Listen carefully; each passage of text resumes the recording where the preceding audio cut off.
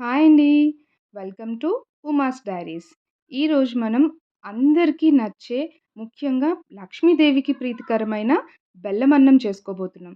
So, ఎలా చేసుకోవాలో చూసేద్దామా మరి? చలో. ఫస్ట్ ఒక గ్లాస్ రైస్, దానికి 3/4 పప్పు. నేనైతే ఈ సైజ్ గ్లాసెస్ తీసుకున్నా. దీంట్లో 3/4 ఈ గ్లాసు. సో, ఈ పెద్ద గ్లాస్కేమో రైస్ అండ్ 3/4 పప్పు తీసుకున్నా.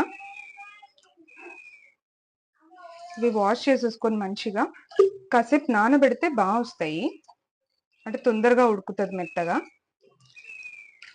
సో కడుక్కొని కొంచెంసేపు నానబెడదాం. మా ఇంట్లో అందరికీ చాలా ఇష్టం అండి ఈ రెసిపీ. అది నేను చేస్తే అందరికీ చాలా ఫేవరెట్ అది. ఒక 10-15 మినిట్స్ నానినా సరిపోతుంది. కొంచెంసేపు నానబెట్టుకొని తర్వాత వాటర్ కూడా సేమ్ ఎంతైతే పప్పు రైస్ వేసామో దానికి డబల్ కన్నా కూడా ఒక చిన్న గ్లాస్ వాటర్ ఎక్కువ పోయండి. పోసి సిమ్లో పెట్టుకొని కుక్ చేసుకుంటే మంచిగా మెత్తగా ఉడుకుతుంది అనమాట.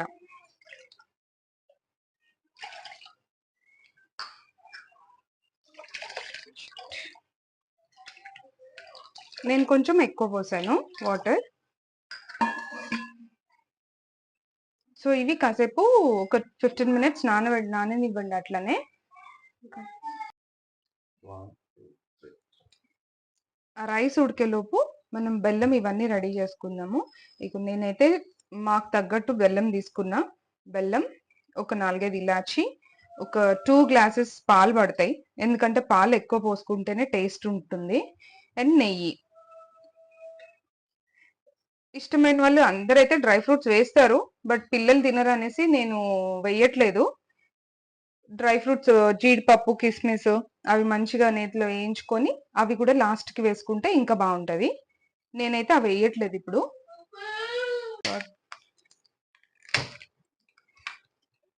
కుక్కర్ ఆన్ చేసుకొని ఒక 3 విజిల్స్ వచ్చే వరకు సిమ్లో పెట్టి ఉడికించుకోండి.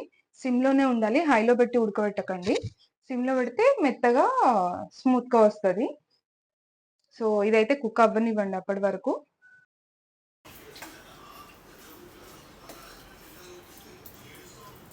నేను ఫస్ట్ అయితే ఒక గ్లాస్ పోసాను.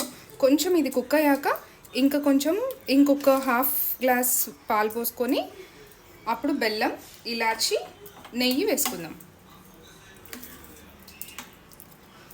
ఇది ఒక 2 మినిట్స్ అట్లా ఉడకనివ్వండి.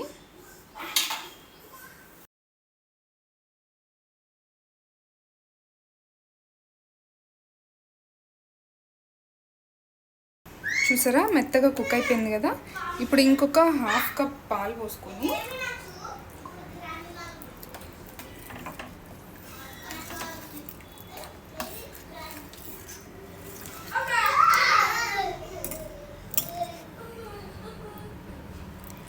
ఇందులో బెల్లం వేసుకుందాం.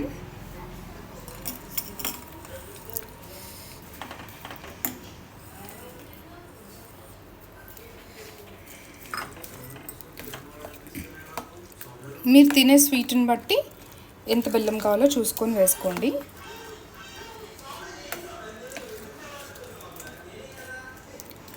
కొంచెం బెల్లం కరిగే వరకు ఉండనిచ్చి తర్వాత మిగతా వేసుకుందాం.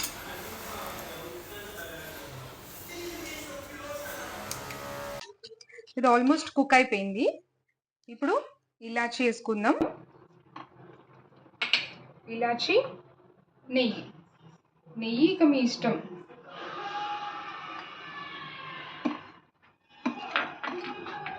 వేసుకొని ఆఫ్ చేసేసేయండి.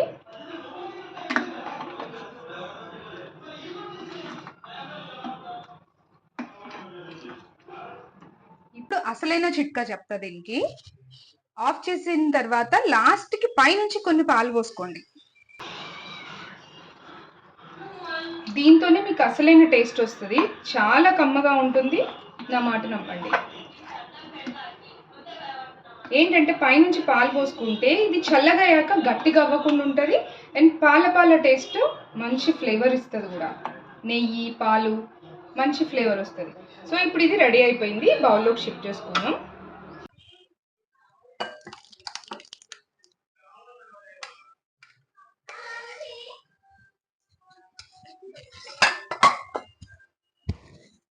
అయ్యో, ఇలాచి మొత్తం వేసేసాను.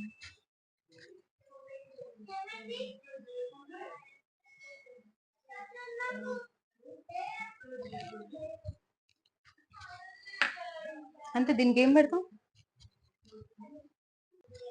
సో కమ్మని బెల్లం అన్నం పొంగలి రెడీ అయిపోయింది. నేను చెప్పిన పద్ధతిలో ఒక్కసారి ట్రై చేసి చూడండి, తప్పకుండా మీ అందరికీ నచ్చుతుంది. ఎంతో కమ్మగా ఉంటుంది. For more videos, please like, share, subscribe to my channel. Thank you.